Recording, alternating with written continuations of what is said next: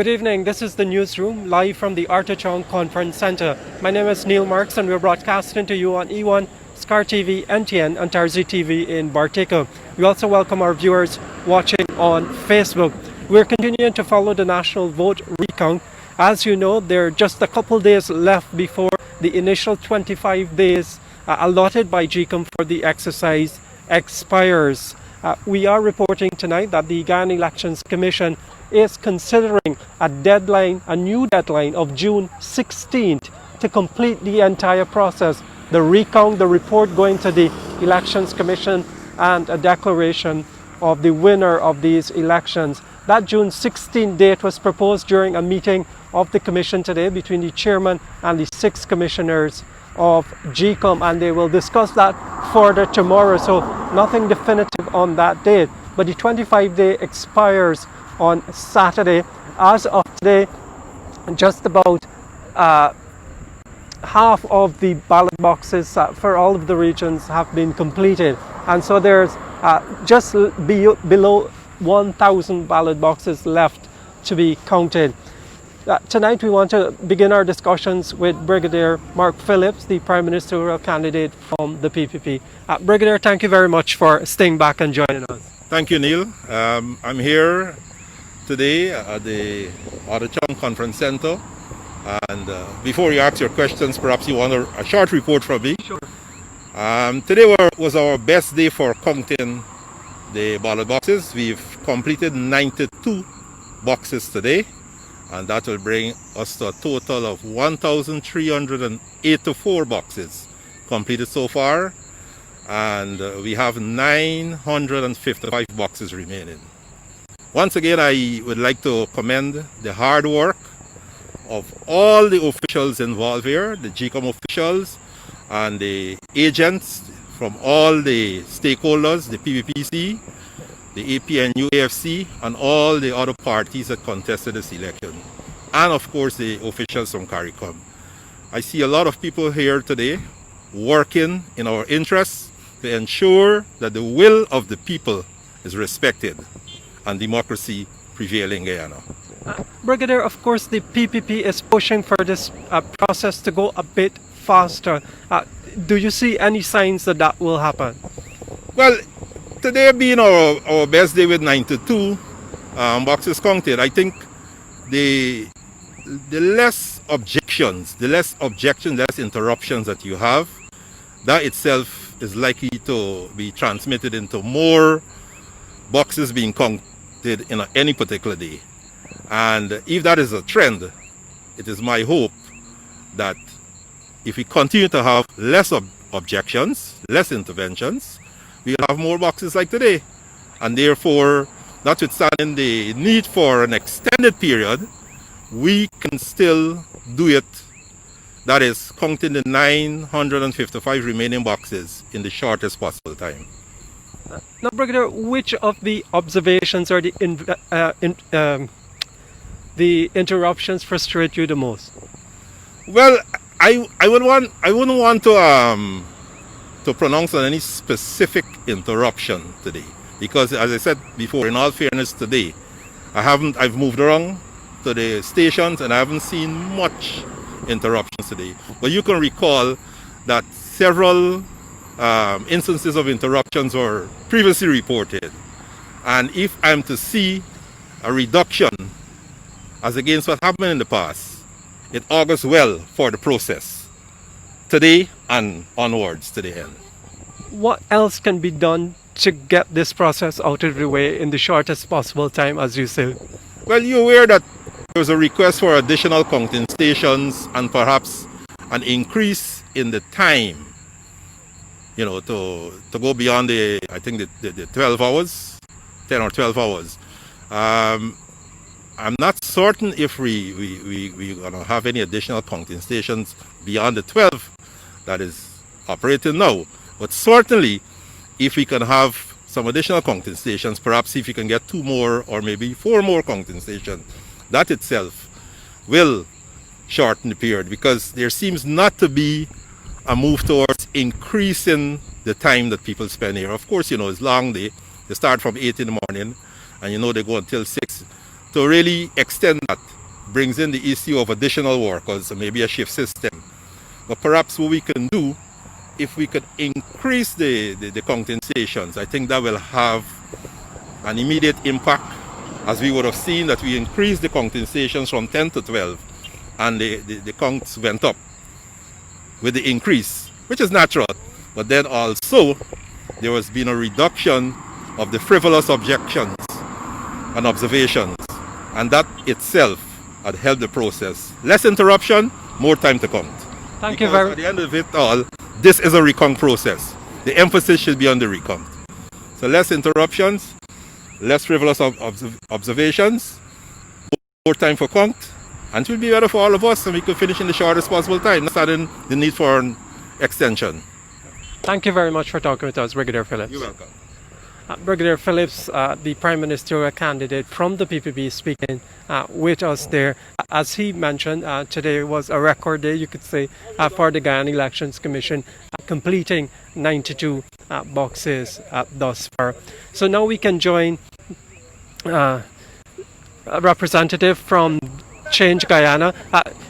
Dexter, you have been pointing out to some of the things that possibly could happen here that could cause this process to go on a bit faster.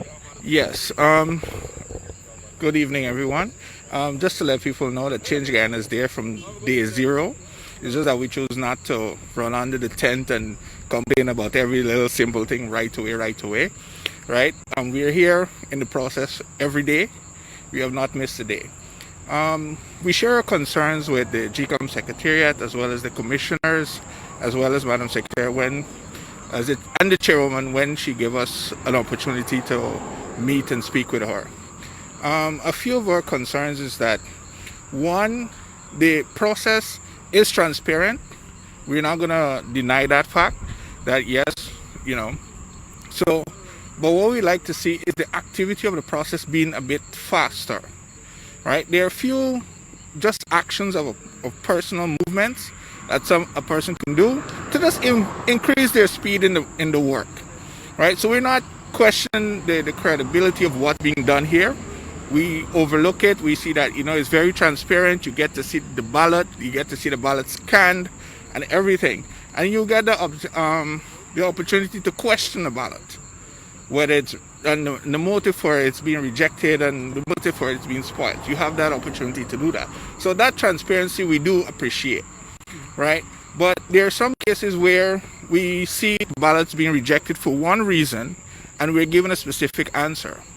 And then probably 2 days later, we come across a ballot with the similar situation, and then we're given a different answer towards it.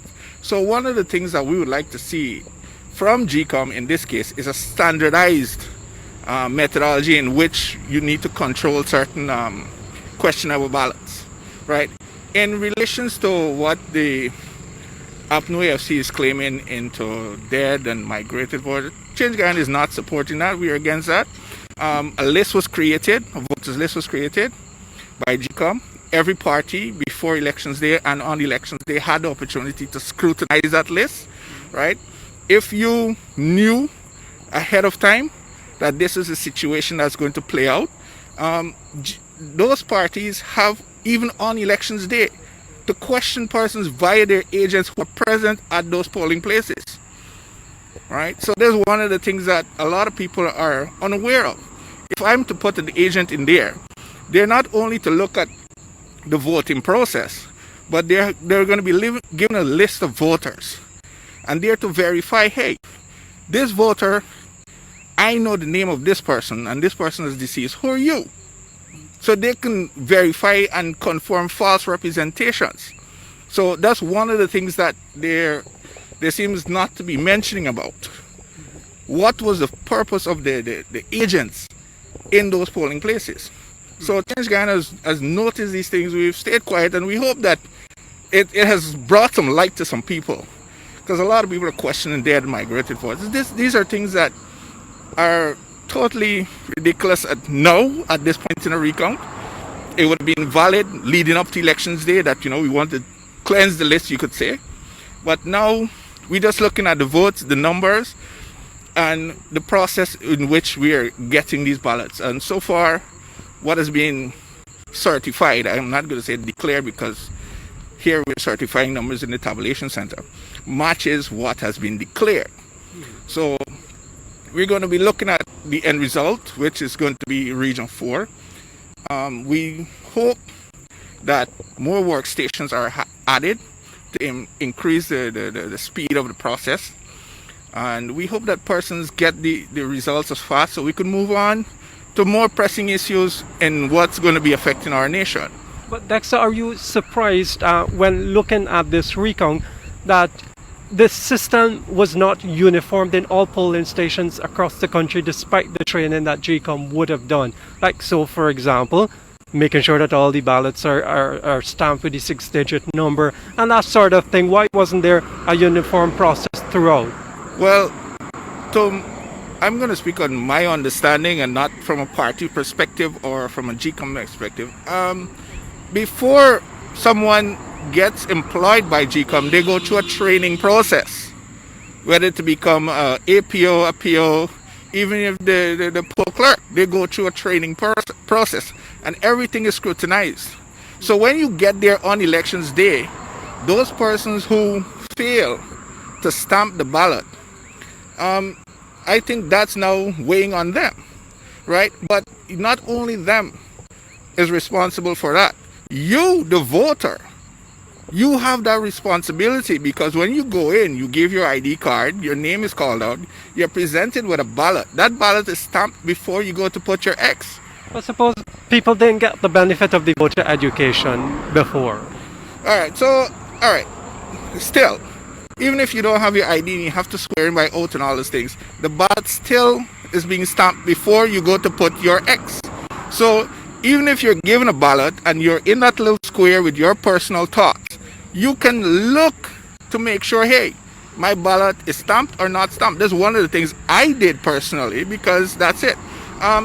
This leads back to one of two things: preparation by the GECOM, for the GECOM staff, and the lack of voter education, because a lot of persons were educated on who to vote for and why to vote for, but not how to vote. Right.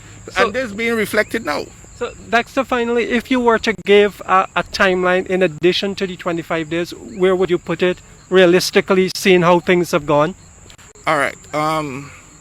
With the fact that we could get some speeding or a speedy movement from the persons working here, less queries from APNU AFC with frivolous things, we could get this done within the next 2 weeks, like 2 weeks from now. 2 weeks from Saturday? I say Saturday and another week, because basically the argument is what takes up a lot of time, right? And if you look at it now, we're running through 8, 7, and 9. We're almost halfway through those regions. So we could say before Monday we're finished with those regions, provided that, you know, we have less complications, less arguments, less unnecessary discussions about the ballot, and we run through that simple process. One of the things that we need to look at also, and unfortunately I say sorry on my part because I was more caught up with the process, is that our observers, yes, we Change Guyana do support the fact that those accredited international observers that would give credibility to our elections process and to our elections as well, we're disheartened at the fact that, you know, they're not able to come back and to see out the process. Because during the elections period, I happened to meet a few of them, and, you know, they tell me what to look at as a new party, as new persons in elections and so forth. They give you this insights, but they won't give you the answer. But they just say, hey, these are things you need to prepare yourself for. And it was good. So that back and forth and that idea of where they give credibility to our elections is okay. And we would welcome them back. But it's task force hand, right? COVID task force hands. So we're now going to be relying on the CARICOM team, and we do hope that they see and carry out the work, and we have confidence in what they're going to do, because that's all we have right now. Thank you very much, Dexter. Dexter George from Change Guyana talking with us there about the national vote recount. We can tell you from today in the tabulation room what has been completed is the certificate for district number 5, which shows a result almost similar to what was declared by the returning officer for district 5 when he made his declaration. I believe it was 2 nights after the elections. Of course, we also saw in the tabulation room today where APNU plus AFC did not sign that certificate, the same that they did for region number 2, over the quarrel that they have had with the anomalies that they have noted in the process. So we can now talk with Josh Kanai from the New Movement for him to give us some perspective. Josh, could I ask you about that point that I mentioned just now about APNU plus AFC's refusal again to sign the certificate for District 5? All right, good night, Neil. Thanks for having us. Their issue is basically them saying that I'm not going to sign because, as you rightfully said, we have a bunch of discrepancies that we want to be highlighted within the results. So we're going to put forward that 8 died or 20 died and a whole 100 was migrated. We wanted to see reflected in the results, like take away from this vote or take away from this vote. But we cannot know, or GECOM cannot know, who vote for what. And it's not GECOM's task right now to even go and verify who migrated or who would have died. Alright? So that's basically their entire argument, which will not affect what's going to happen. It's not going to affect the declaration of Region 5. As we've seen, it's signed, processed, and it's delivered. Are you concerned that those allegations continue to be made and that more importantly that it slows up the process? Definitely slows the process up, and that's something we've been fighting from day one. But at this point in time, it seems that GECOM has given them the go-ahead to continue making the allegations. So we have just let them go ahead, make it. We're not going to fight among it, and we're not going to let you slow the process or apply to that process being slowed down. But in the essence of it, as I will have always said, it's not going to affect this recount at any time, unless GECOM and the chairwoman decides to go ahead and say, okay, you have asserted, let's now prove. And I hope that doesn't happen or come to pass. They had a meeting today. They didn't really talk much about such, and I hope it never comes up, because it's a trivial matter. It's a matter that shouldn't even be brought up by GECOM and the chair for them to waste their time. That's my opinion on it, and that of TNM. No, we have been hearing that GECOM is discussing an extra 2 weeks on the 25-day timeline. Is that reasonable? Yes, I think 2 weeks would be reasonable. Right now we're at 1,100 boxes complete. I may be off by 10-20. I believe that would take us with another 2 stations. They're also trying to get 2 more stations. With those 2 stations, we could reach to about 110 or 120 a day, and that would definitely pull us through to that extra 2 weeks being given. Are you concerned that the task force hasn't given that approval? You're a doctor, you know what happens in there, you've seen the space. Is there room for that additional 2 stations? There's room for about 4 more. And I would love for the task force to give us at least 2. And I'm concerned as to why are you not going to hurry up and give us these 2 stations? It's not that much of a risk, but it is a risk to have so much people in such a place. I would, as a task force head, I would be someone to say like, hey, give them 2 more stations, let them finish this process quickly so that we don't have another risk on our hands of getting a COVID-19 outbreak in this zone at Turkine where there's not even one or there's not even any COVID-19 cases recorded. Thank you very much, Josh. No problem. Take care. Joshua Kanai from the New Movement speaking with us there. You're watching the newsroom live from the Artichon Conference Center on the east coast of Demerara. We'll have more news after the break. Welcome back. You're watching the newsroom. We're glad you could stay with us. We turn now to news coming out of the Georgetown Mayor and City Council.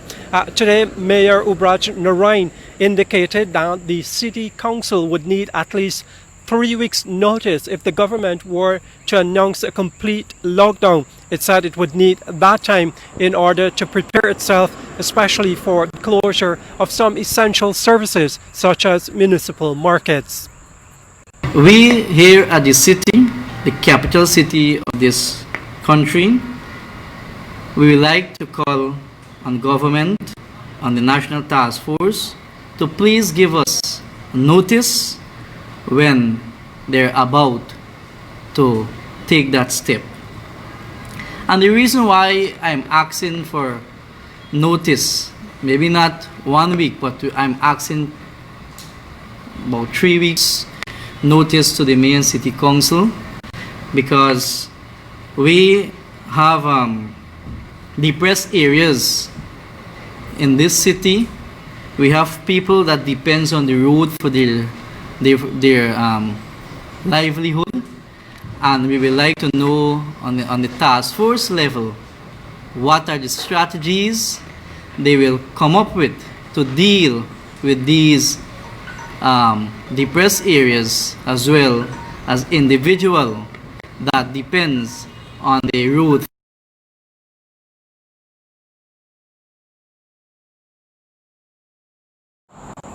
Now, harassment of agricultural workers by the Guyana Police Force has caused some workers at the Iflot Sugar Estate on the west coast of Demerara choosing to refuse to work after 6 p.m. You would know the sugar industry is considered an essential service and so can operate 24/7. But the workers say they cannot put up with the harassment by the police force, and so they've taken that decision not to work beyond 6 p.m. The Iflot factory workers downed tools on Wednesday after the estate demanded that they work 2 shifts, which run from 6 hours to 14 hours and then 14 hours to 22 hours. The workers say they continue to be harassed by the police on the way home even though they are listed as essential workers. According to the COVID-19 guidelines, which has in place a curfew from 6 p.m. to 6 a.m., essential workers include factory workers, manufacturers or distributors of food supplies, particularly producers or processors of rice, sugar, poultry, and fish. General Secretary of the Guyana Agricultural and General Workers Union, GAU, C. Paul Narain, told the newsroom that close to 300 workers are divided into the 2 shifts to conduct out-of-crop maintenance. GAU, in a statement, said during the cropping period, many workers had faced difficulties with the law enforcement officers when they returned home during the curfew period, although they were deemed essential workers. As such, the matter was discussed with the estate's management and an agreement was reached where the working hours will not go beyond the curfew. The union also suggested that appropriate representation be made to the authorities to ensure workers do not confront similar difficulties should the curfew prevail when the second crop commences. But on Wednesday, Kaisuku reneged on the initial agreement and demanded that the employees work the 2 shifts, which goes beyond the curfew. Moreover, there was no advice about whether any successful representation to avoid difficulties workers faced when returning home during the curfew hours was made, Gao said. Additionally, the union raised concerns about workers having to conduct their duties without any physical distancing measures in place. Bibi Katun, Newsroom. Now, pineapple farmers in the twin communities of Oriala and Siparuta in Region 6 have been complaining about losses they face as a result of the measures implemented to curb the spread of COVID-19. Now, on the Berbice River, the communities are not free to transport their produce as before. That has resulted in them taking a lot of losses. The farmers typically sell to the Quarantine Coast and to Suriname. In Suriname, in Nikeri, the border community, they've been selling pineapples for $700. Now they're forced to get rid of them for just about $200. We spoke with the Tushao of the communities today. Like the exchange more than how we get it now, like because now we last about this crop like. They started right here in Oriala for a lady to buy take it over because right now like with this lockdown, any and everybody can travel. Especially like you have to go book down your name at the Tushao, then you could go. And if like you go this week, you can't go back next week. Other people got to go. So, with the boat like 2 times a week, my 6. me pick like right now me pick like 500 for one when me pick one week one picking then. So like 1,000 for 2 times for the week. The pineapples. Now is the season. Now they're ripening. Those who are farming pineapples, and the restrictions for the boats to travel is playing a part in the pineapples, in the farmers not getting their pineapples in time to Corriverton, the market there.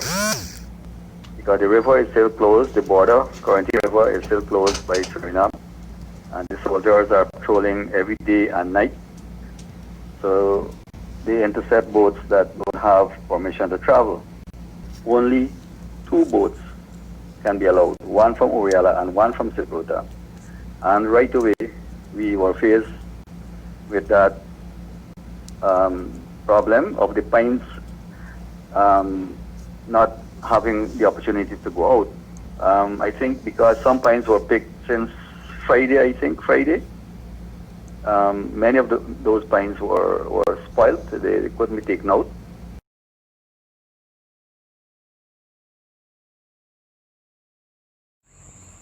You're watching the newsroom. We'll be back just after this break.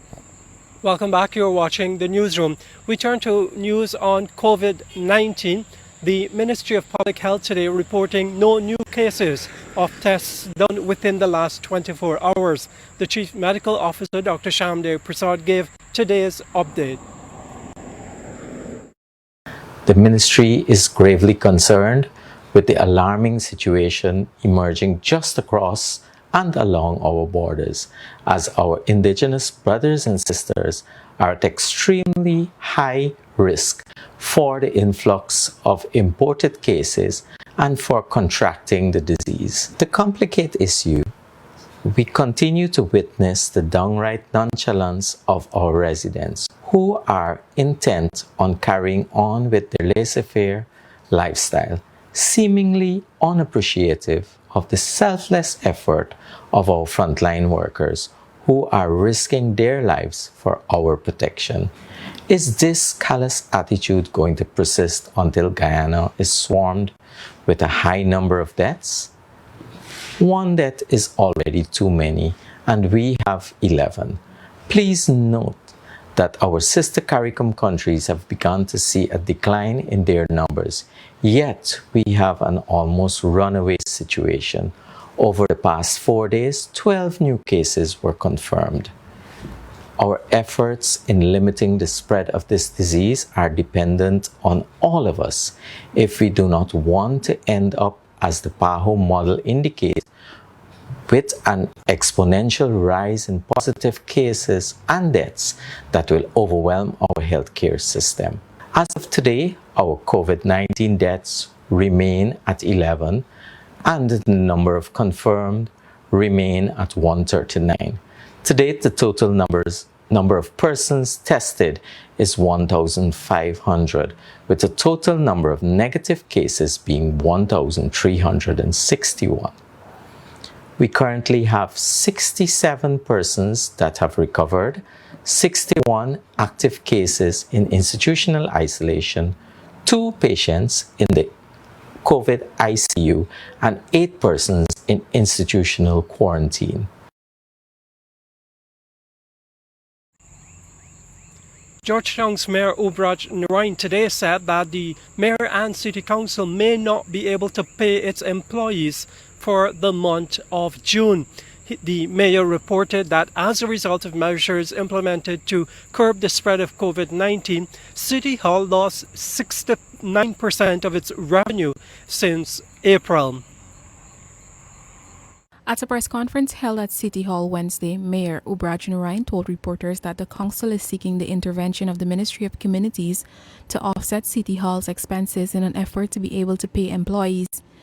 Mayor Narain said the council has since written the ministry in this regard and is awaiting a response. I don't know how I will pay staff for next month. I'm seeking government help. I did all they asked me to do. Don Clark is here. She can tell you that we work and we're able to supply it to the Ministry of Communities. However, I do look forward to hear from the Ministry of Communities and, in fact, the National Task Force. According to the mayor, the city council continues to battle COVID-19 with very limited resources. He reminded that the government only assisted City Hall with $500,000 when the markets were closed for 5 days in March. Meanwhile, on April 6th, City Hall announced that vendors who sell essential items at city markets will be allowed to ply their trade from 7 a.m. to noon daily under certain sanitary and social distancing guidelines. This has since resulted in decreased revenue for City Hall.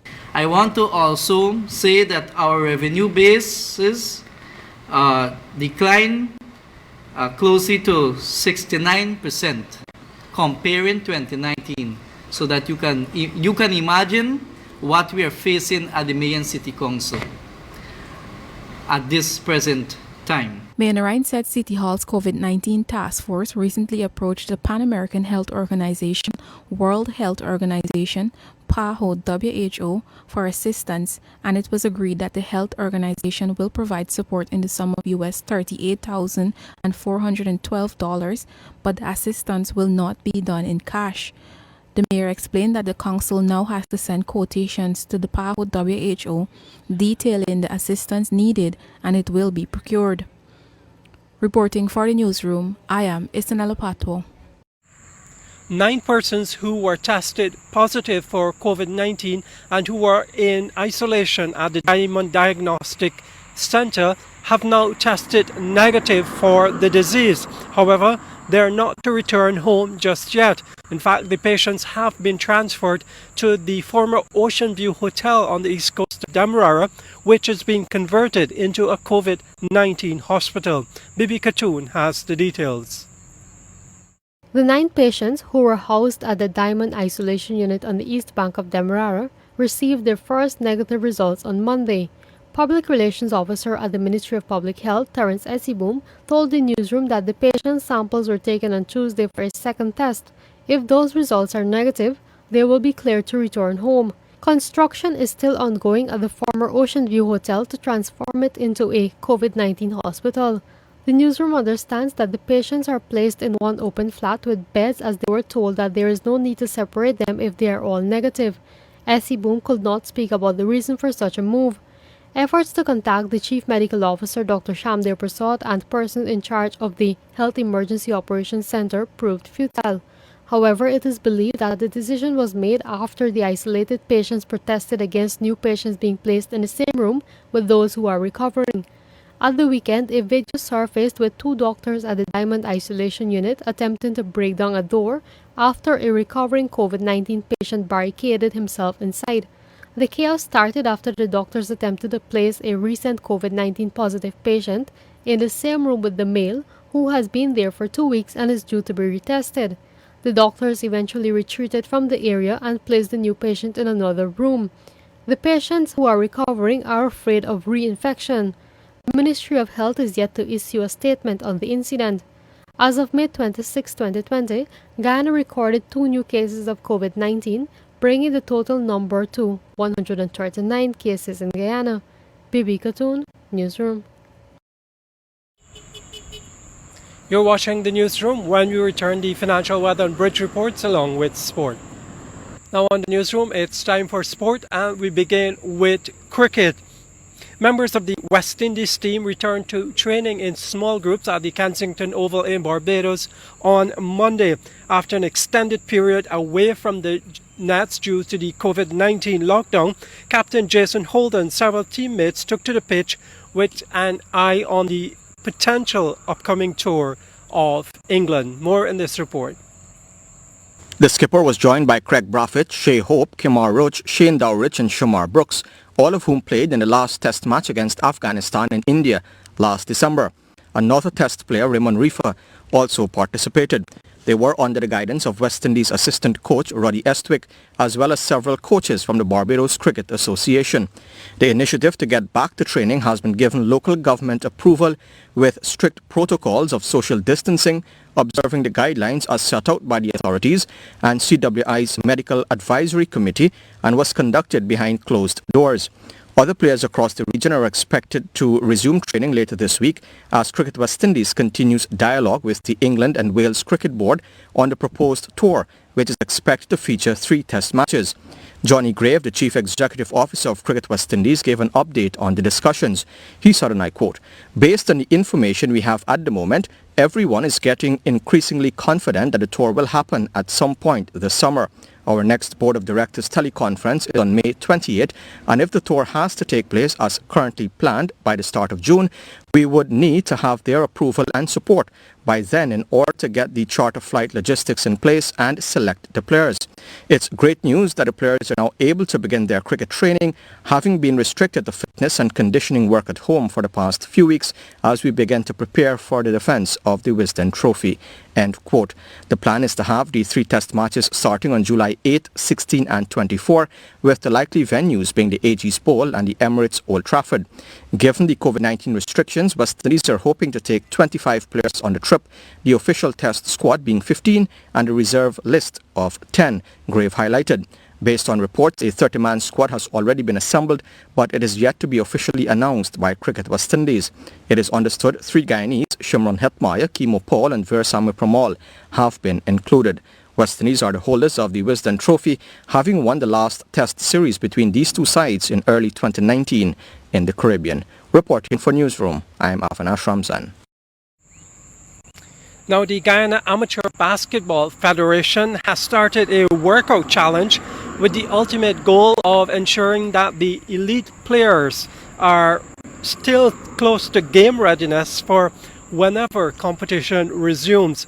President of the Federation, Michael Singh, explains more in this report from Akim Green. The challenge is open to all players on the Federation sub-associations, entails 4 full court shuttles, 100 push-ups, followed by 10 made 3-point shots. It caters for the first 50 persons to send videos to the Guyana Basketball Facebook page. The person who completes the exercise in the least amount of time will be awarded $75,000, while second cops $25,000.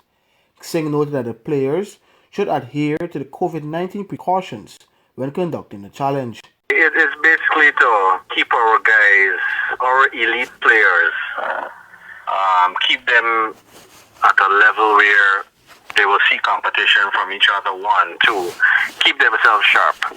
You know, with the whole pandemic, everybody is not training as they should. Not that competitive aspect is not there. So the federation and the last meeting, we actually thought it best where we could keep safely administer a competition such as the fitness aspect and the 3-point shooting to, you know, keep the main guys active. Regarding a return to competition, Singh indicated on Monday they are awaiting the new guidelines from the International Basketball Federation. Well, once we get the green light from our governing body, which is FIBA, that we can start back competitions, etc. More than likely to adhere to their guidelines, to, you know, because basketball is a global sport. We won't want to be running competitions here and then the other CBC isn't permitting, or FIBA goes against the wishes of FIBA. So more than likely they will be guiding us in starting back, even if it's at a 3-on-3 level, or if it's at the longer version of the game, you know. So we'll wait for them to stipulate to us when it's safe, not safe, but when competitions can start back. Our local federation, we plan to put things in place going forward, where we can protect our guys, you know, maybe test before they play, make sure that we monitor them while they're playing, you know. That health aspect will be a key factor. On Tuesday, basketball's global governing body had published recommendations on returning to basketball, with the Return to Basketball Restart guidelines for national federations in the wake of the COVID-19 pandemic. The guidelines and risk assessment tool, according to FIBA, will serve as a checklist to ensure any decisions on basketball events are based on an assessment of risk and the best chance of the successful restart. The International Federation made it clear, however, that the guidelines are not intended to replace the restrictions of governments and public health authorities, pointing out that the risk assessment tool is a live document and will be updated regularly. For the newsroom, Akim Green. Now, the president of the Guyana Boxing Association, Steve Ninval, has confirmed that the 4 national boxers who were stranded in Cuba because of travel restrictions have been given approval to return home. He said it's great news because the boxers have been mentally drained after being away from home for 2 months.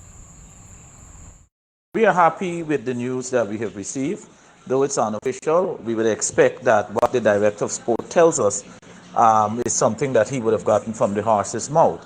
Of course, he would have loved to have an official response from the COVID task force, but nevertheless, we have commenced work as it relates to bringing these young ambassadors back. I will say that this is now a national effort. This is not an effort by the GBA alone. This should be viewed as a national effort because these guys went out there not to represent themselves, but actually to do good for Guyana. So it's a national effort, and we will leave no stone unturned until we get them back. Of course, they are mentally drained right now, but this little bit of news have pumped some bit of enthusiasm and some bit of happiness into them. And again, we will do all within our powers to make sure that they are back home safely and soundly and at the earliest possible time.